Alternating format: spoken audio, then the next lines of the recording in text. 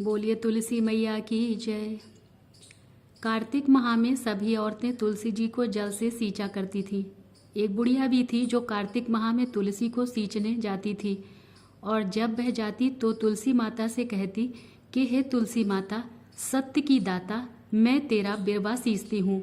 मुझे बहू दे, पीले रंग की धोती दे, मीठा ग्रास दे, बैकुंठ में बास दे, अच्छी मौत दे, चंदन का काठ दे, अच्छा राज दे, खाने को दाल भात दे और 11 यानी एकादशी के दिन कृष्ण का कांधा दे। बुढ़िया माँ की यह बातें सुनकर तुलसी माता सूखने लगी। तुलसी माता को यूं सूखते देख भगवान ने पूछा कि हे तुलसी, तुम दिन प्रतिदिन क्यों सूखती जा रही हो? तुलसी माता ने कहा कि बस मेरे मन की मत पूछो। भगवान ने कहा कि मैं नहीं पूछूंगा तो कौन पूछेगा? इस पर तुलसी माता कहती हैं कि एक बुढ़िया आती है और अपनी बात कहकर चली जाती है। मैं उसकी सभी बातें पूरी कर दूंगी, लेकिन कृष्ण का कांधा कहाँ से लाऊंगी?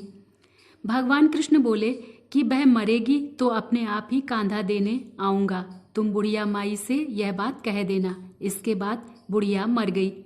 बुढ़िया के मरने पर सारा गांव इकट्ठा हो गया और उसका अंतिम संस्कार आने पर उसे उठाने लगे, लेकिन वह बहुत भारी हो गई, जिससे उसकी अर्थी टस से मस नहीं हुई।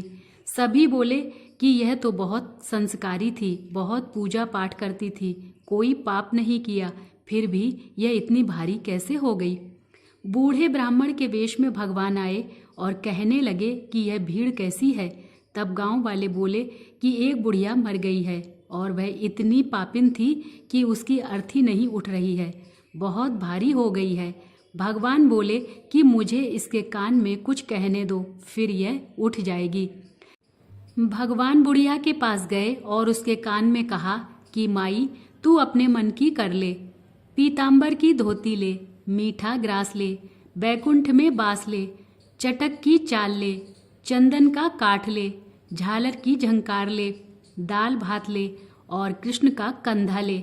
भगवान की सभी बातें सुनकर बुढ़िया हल्की हो गई। भगवान अपने कंधे पर उसे ले गए।